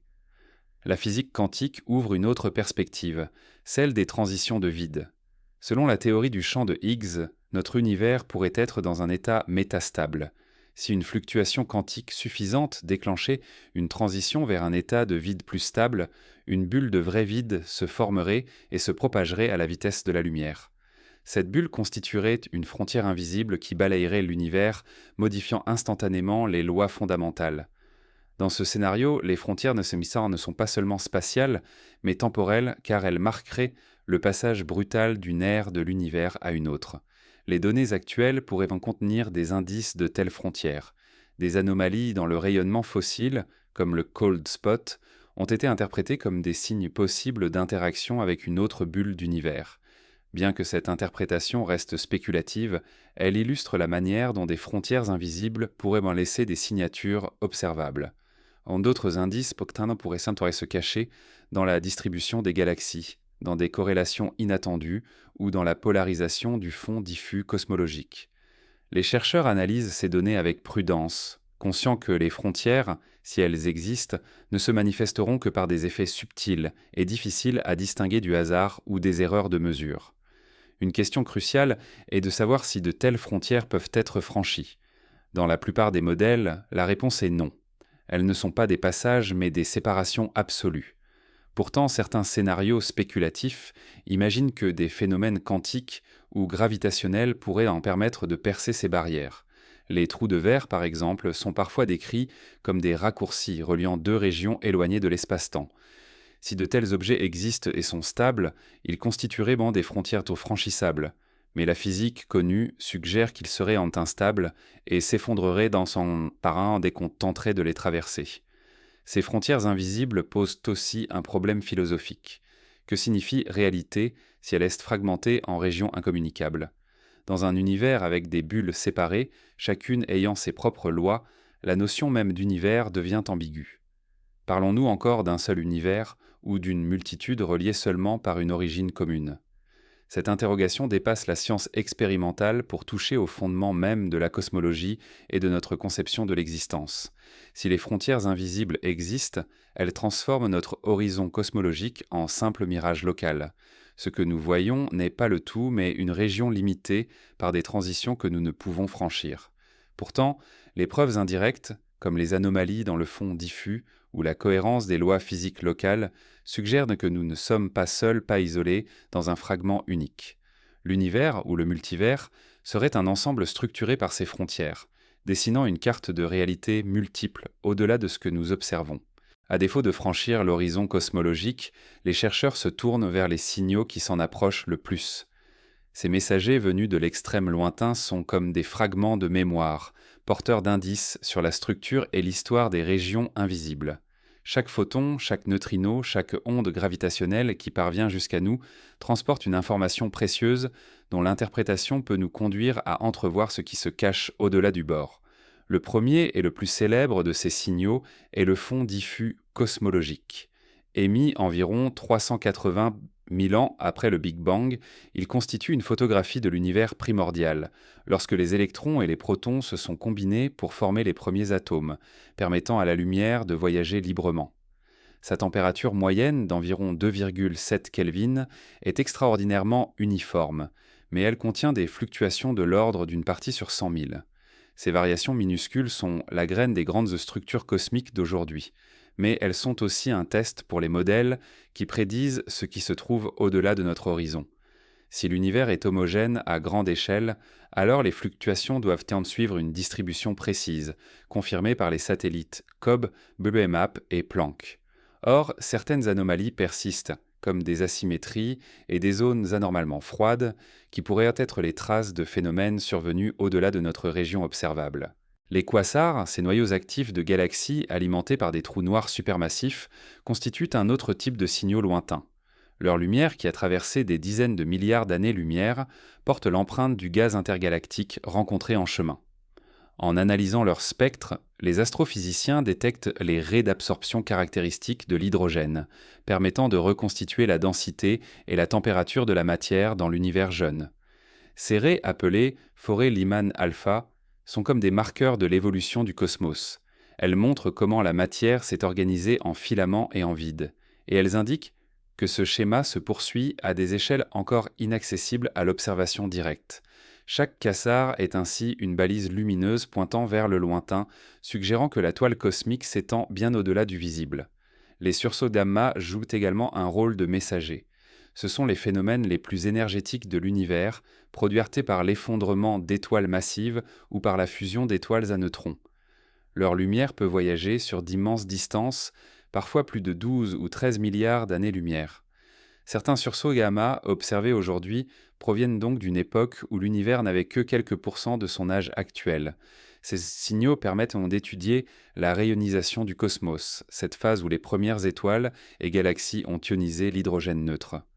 En retraçant ce processus, les astrophysiciens déduisent donc des informations sur les zones encore plus lointaines, situées au-delà de notre horizon actuel.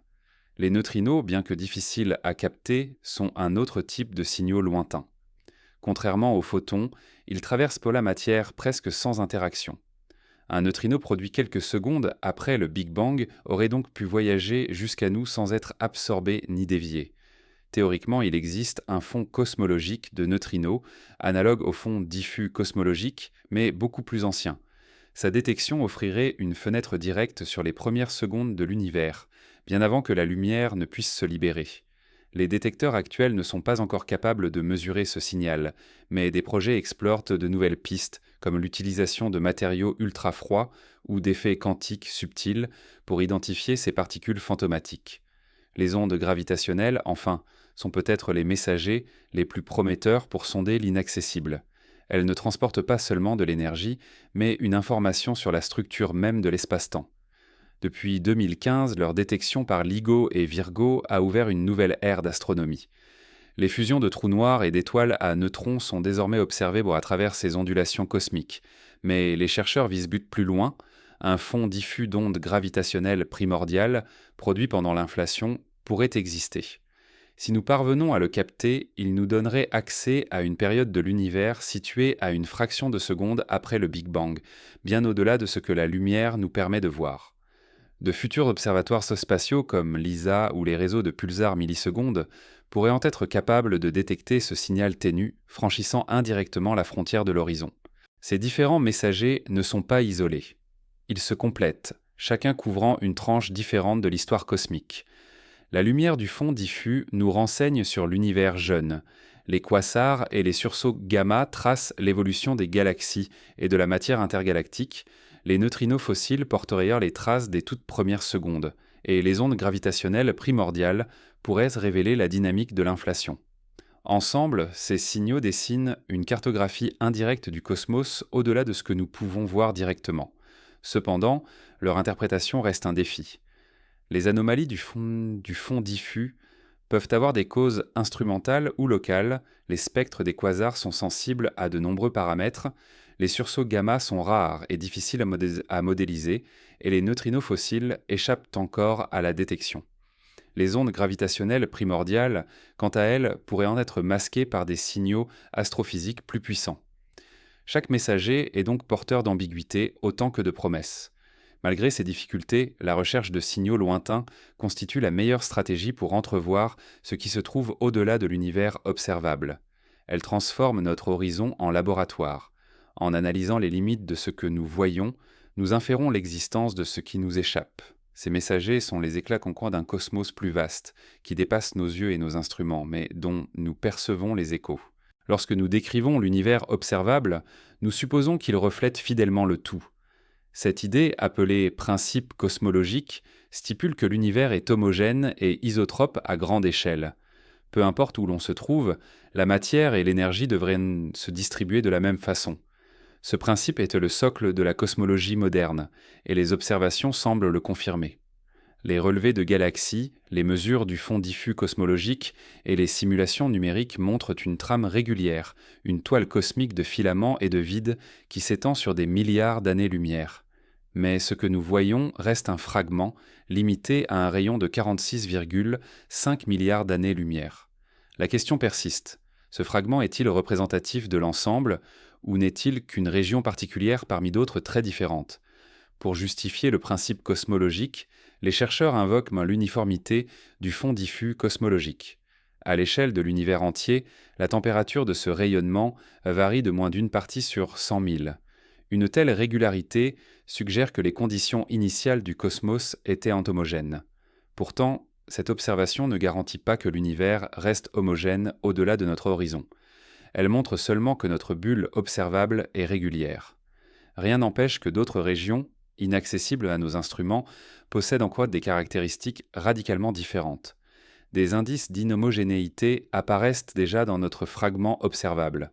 La répartition des galaxies, bien qu'homogène à très grande échelle, montre des superstructures colossales comme le Grand Mur de Sloan ou le mur d'Hercule Corona Borealis, qui s'étendent sur des centaines de millions d'années-lumière.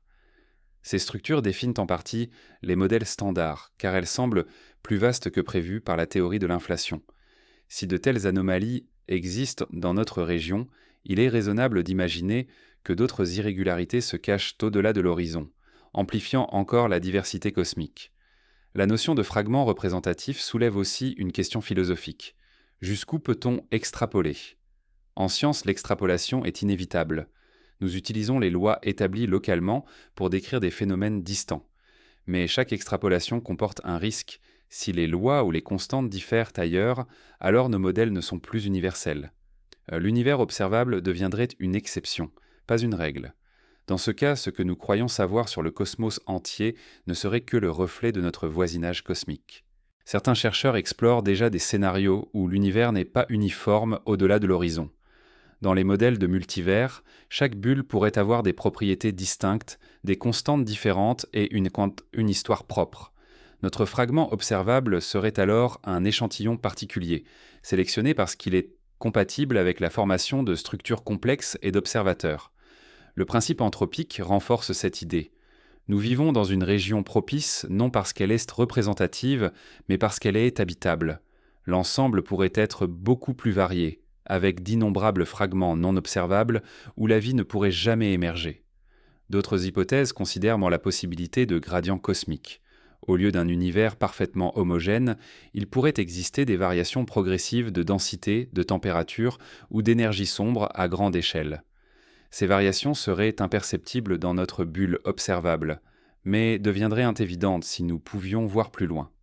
Dans ce cas, notre fragment n'est pas trompeur, mais incomplet.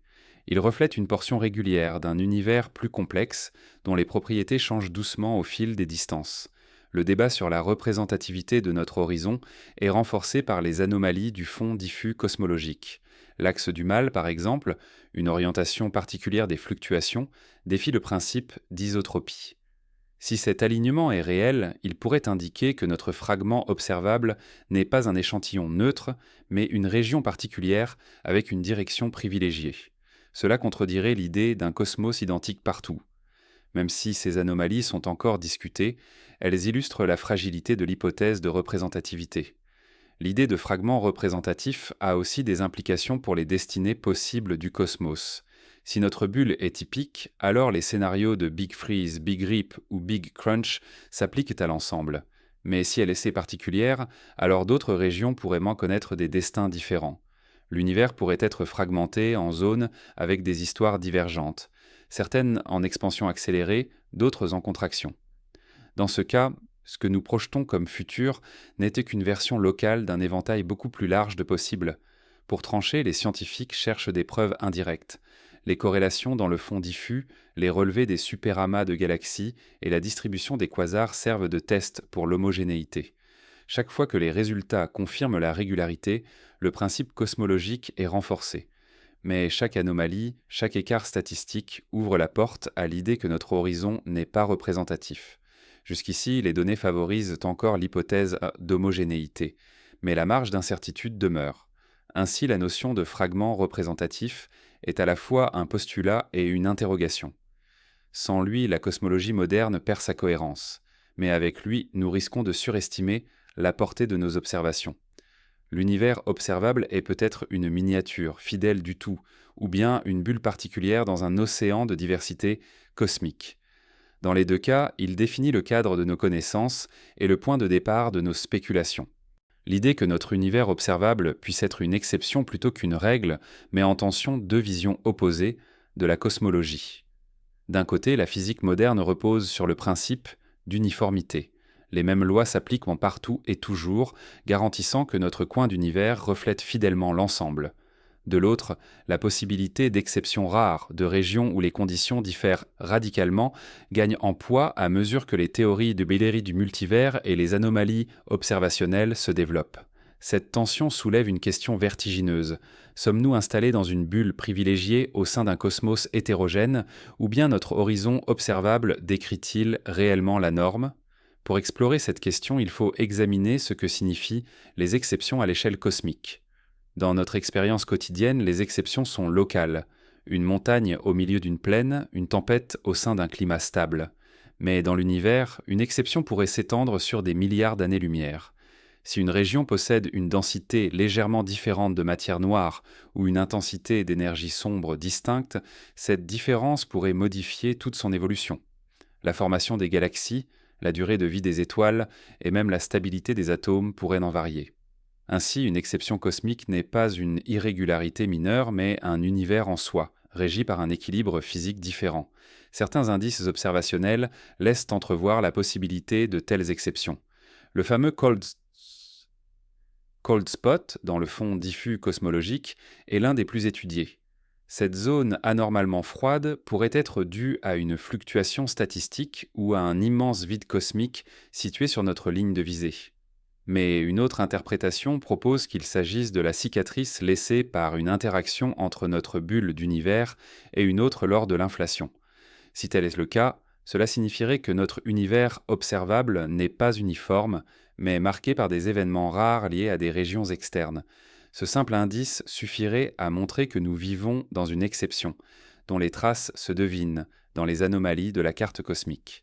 Les superstructures cosmiques constituent un autre exemple. Le mur d'Hercule Corona Borealis, découvert en 2013, s'étend sur plus de 10 milliards d'années-lumière, défiant les prévisions théoriques. Selon les modèles standards, de telles structures ne devraient pas exister à cette échelle. Leur présence suggère que notre univers observable n'est pas un échantillon typique, mais une région où des événements rares se sont produits, amplifiant la taille des structures. Si de telles anomalies existent ici, pourquoi n'y en aurait-il pas d'autres au-delà de l'horizon, encore plus extrêmes et plus inhabituelles? La notion d'exception rare rejoint aussi la question de l'habitabilité cosmique. Si les constantes fondamentales varient d'une région à l'autre, alors la plupart des zones de l'univers pourraient être stériles. Les conditions nécessaires à la formation de galaxies, d'étoiles stables et de chimie complexe seraient extrêmement rares. Notre univers observable serait alors une oasis improbable dans un désert cosmique, une exception parmi une multitude de mondes stériles. Cette vision est cohérente avec le principe anthropique. Nous existons ici précisément parce que cette exception rend la vie possible. Mais elle implique aussi que ce que nous voyons n'est pas représentatif du tout, seulement d'une niche favorable. Du point de vue théorique, les exceptions rares apparaissent naturellement dans les modèles de multivers issus de l'inflation éternelle. Les fluctuations quantiques qui génèrent les bulles d'univers produisent normalement des variations dans les lois physiques et les constantes fondamentales. La plupart des bulles seraient inhospitalières, incapables de soutenir des structures. Seules quelques-unes, comme la nôtre, possèdent les bonnes conditions. Ainsi, notre univers observable est exceptionnel non par hasard, mais par sélection. C'est le seul type de bulle où des observateurs peuvent émerger et poser des questions. Cette idée change radicalement la signification de « rare ». Ce n'est pas que nous ayons eu de la chance, mais que nous ne pouvions exister ailleurs. Pourtant, il est difficile d'accepter que notre horizon ne soit pas représentatif. Toute la cosmologie moderne s'est construite sur l'idée que les observations locales suffisent à décrire l'ensemble. Si ce n'est pas le cas, alors une partie de nos équations n'est qu'une approximation valable ici, mais pas ailleurs. Cela réduirait la portée universelle des lois de la physique, transformant nos modèles en descriptions régionales. La gravité, l'électromagnétisme, la mécanique quantique seraient alors des règles locales, valides dans notre bulle, mais pas dans toutes. Cette perspective bouleverse la notion même de science universelle. Les exceptions rares pourraient aussi concerner le temps plutôt que l'espace. Certains modèles proposent des cycles d'univers où chaque rebond génère des conditions légèrement différentes. Dans ce cas, notre univers observable ne serait pas seulement une exception spatiale, mais temporelle, une phase particulière dans une succession d'époques aux propriétés variées. Ce que nous appelons loi physique serait alors spécifique à ce cycle, différente de celles qui régnaient avant le Big Bang ou qui régneront après un éventuel rebond futur. La recherche d'indices d'exception rares est aujourd'hui l'un des défis les plus subtils de la cosmologie. Elle ne repose pas sur la découverte d'objets spectaculaires, mais sur l'analyse minutieuse des anomalies, des écarts statistiques et des corrélations imprévues. Chaque variation dans la température du fond diffus, chaque surdensité ou sous-densité de galaxies est étudiée comme un indice potentiel. Mais la frontière entre hasard statistique et véritable exception est difficile à tracer. L'univers est si vaste que des coïncidences improbables deviennent inévitables. Distinguer entre une simple fluctuation et une preuve d'inhomogénéité cosmique demande une rigueur extrême. Malgré ces incertitudes, l'idée d'exception rare change notre regard sur l'univers observable. Elle nous rappelle que ce que nous voyons pourrait n'être qu'une niche improbable dans un ensemble beaucoup plus vaste et diversifié. Elle impose une humilité nouvelle. Nos observations, aussi précises soient-elles, ne garantissent pas que nous comprenons le tout. Au contraire, elles pourraient n'être que le reflet d'une rareté cosmique, une exception dont l'existence même pose davantage de questions qu'elle n'en résout. La notion de singularité est au cœur de la cosmologie moderne. Elle désigne des points où nos équations cessent peu de fonctionner, où les grandeurs physiques deviennent infinies ou indéfinies. Le Big Bang, tel que décrit par la relativité générale, est une singularité, un instant où la densité et la température atteignent des valeurs infinies et où le temps lui-même semble débuter. Mais il existe d'autres types de singularités, et certaines théories suggèrent qu'elles pourraient exister au-delà de notre horizon cosmologique, marquant des ruptures dans la continuité de l'univers. Explorer ces singularités revient à sonder les limites de notre compréhension, là où le connu cède la place à l'inconnu. La singularité initiale est la plus étudiée. La relativité générale prédit qu'en remontant dans le passé, La densité de l'univers augmente jusqu'à un point où l'espace et le temps cessent d'exister comme concept défini. Pourtant, beaucoup de physiciens considèrent cette singularité comme un signe d'incomplétude de la théorie plutôt qu'une réalité physique. Les modèles de gravité quantique à boucle, par exemple, remplacent ce qu'est le Big Bang par un rebond quantique évitant l'infini en décrivant une phase antérieure de contraction. Dans ce cadre, notre univers observable ne serait qu'un épisode dans une succession de cycles. Mais si tel était le cas, la singularité n'a pas disparu. Elle s'est transformée en une transition où les lois classiques cessent d'être valables. Ce qui existe au-delà de l'horizon pourrait être non pas une continuité lisse, mais une singularité cosmique marquant le passage d'un état à un autre. Les trous noirs offrent un autre exemple de singularité. Au cœur de ces objets, selon la relativité générale, se trouve une région où la densité est infinie et où l'espace-temps s'effondre. Bien que cachée par l'horizon des événements, cette singularité influence tout ce qui se trouve autour. Certains théoriciens ont proposé que les singularités des trous noirs pourraient être reliées à d'autres régions de l'espace-temps, formant des ponts vers d'autres univers. Dans ce cas, les singularités ne seraient pas des fins absolues, mais des portails. Au-delà de notre horizon cosmologique, des singularités de ce type pourraient relier des zones inaccessibles, inscrivant dans la trame de l'univers des passages vers des réalités distinctes. Un autre type de singularité concerne l'avenir du cosmos. Dans le scénario du Big Rip, où l'énergie sombre croît avec le temps, l'expansion de l'univers devient infinie en un temps fini. Les galaxies, les étoiles, les planètes et même les atomes finiraient par être déchirés. La fin du cosmos serait une singularité temporelle, où les lois de la physique cesseraient de s'appliquer. Cette perspective projette l'idée de singularité bien au-delà de notre horizon actuel, transformant l'univers entier en une transition vers l'inconnu. Certaines singularités peuvent être dites douces. Dans des modèles particuliers, l'univers pourrait connaître des points où la vitesse d'expansion ou certaines dérivées de la densité deviennent infinies sans que la matière elle-même s'effondre. Ces singularités douces ne marquent pas nécessairement une fin brutale, mais une limite où nos équations classiques échouent. Elles pourraient se produire au-delà de notre horizon, dans des régions inaccessibles mais réelles. Leur existence rappellerait que la structure de l'univers n'est pas nécessairement uniforme, mais ponctuée de ruptures imprévisibles. La question centrale est de savoir si ces singularités existent réellement ou si elles ne sont que des artefacts mathématiques. Les équations de la relativité générale décrivent avec précision de nombreux phénomènes observés, mais elles ne tiennent pas compte des effets quantiques. Lorsque la densité atteint des valeurs extrêmes, la mécanique quantique doit intervenir. Or, nous ne disposons pas encore d'une théorie complète de la gravité quantique. Les singularités pourraient donc être le signe que notre description est incomplète. Mais même si elles disparaissent dans un modèle plus avancé, elles indiquent qu'il existe des transitions fondamentales au-delà de notre horizon, des zones où nos connaissances cessent d'être valides. Philosophiquement, la notion de singularité interroge la nature de la réalité. Si l'univers est sans ponctué de régions où les lois cessent d'être définies, alors notre horizon observable n'est peut-être qu'un refuge temporaire dans un cosmos fragmenté par des ruptures. Ce que nous appelons continuité pourrait être l'exception, pas la règle. Au-delà du bord, il pourrait y avoir des zones où le temps s'arrête, où l'espace se déchire, où les constantes cessent d'avoir un sens. Ces singularités ne sont pas visibles, mais elles pourraient façonner l'évolution globale du cosmos. Certaines hypothèses vont encore plus loin, envisageant que notre univers entier soit né d'une singularité dans un autre. Dans ce cadre, chaque univers pourrait naître dans le cœur d'un trou noir formé dans un univers parent. Les singularités joueraient alors le rôle de germes cosmiques, donnant naissance à une succession infinie de mondes. Si tel est le cas, alors au-delà de notre horizon se trouveraient non seulement des galaxies et des filaments, mais aussi des singularités semant la graine de nouveaux univers. Les données actuelles ne permettent pas de trancher. Les singularités restent des concepts théoriques, des signaux de l'inconnu.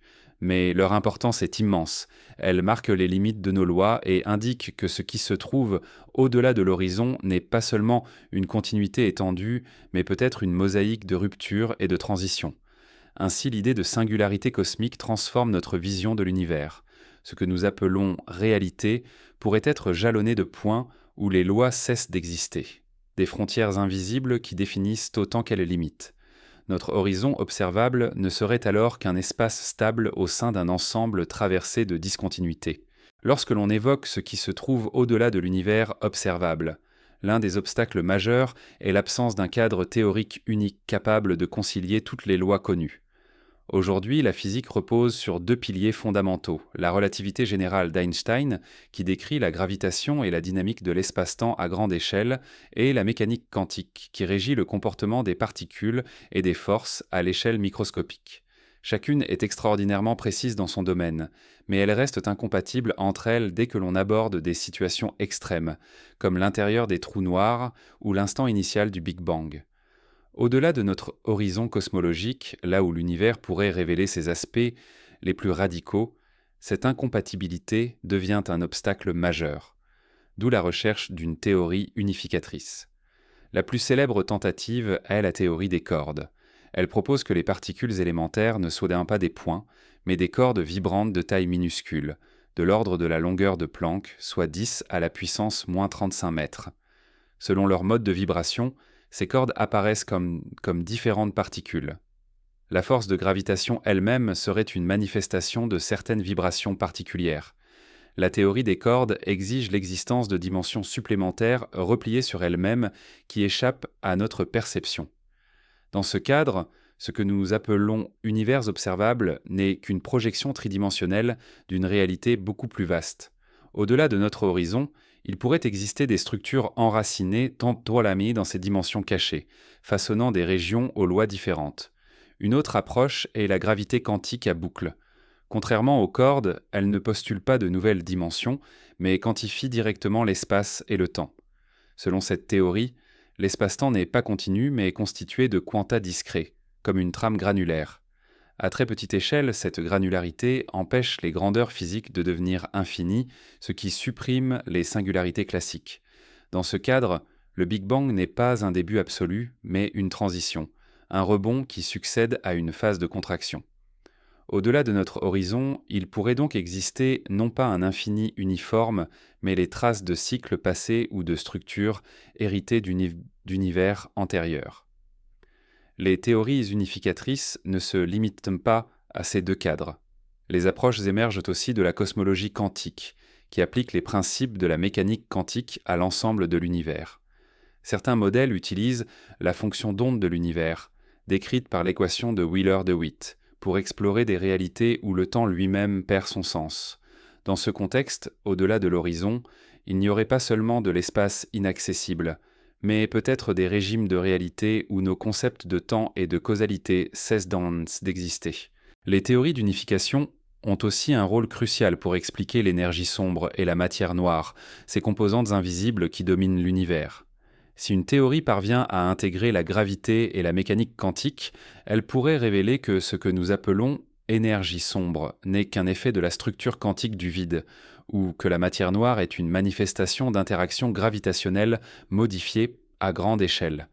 Si ces hypothèses ne se confirment, alors au-delà de notre horizon cosmologique, les régions que nous ne voyons pas pourraient être régies par les mêmes mécanismes, confirmant l'universalité de la théorie. Mais l'ambition d'une théorie unificatrice ne s'arrête pas là. Certains physiciens espèrent qu'elle permettra de comprendre la topologie globale de l'univers, sa taille réelle et sa structure au-delà du visible.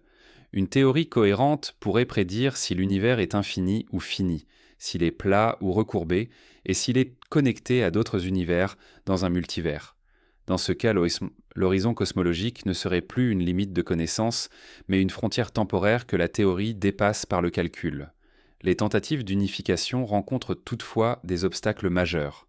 La théorie des cordes, malgré sa richesse mathématique, manque encore de prédictions vérifiables.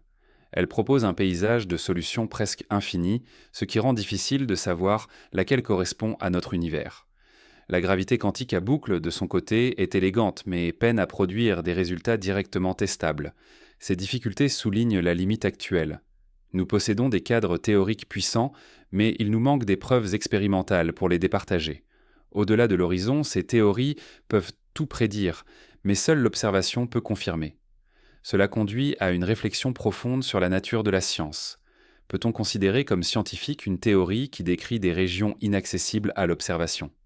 Certains répondent oui, si la théorie est cohérente, mathématiquement solide et capable de faire des prédictions testables dans notre horizon. Dans ce cas, l'extrapolation au-delà est légitime.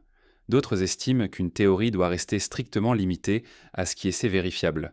Ce débat reflète la tension entre la rigueur expérimentale et l'audace spéculative.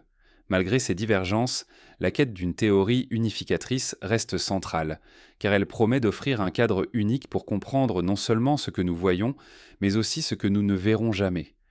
Elle représente l'outil conceptuel qui pourrait transformer notre horizon cosmologique en simple limite technique et non en frontière absolue.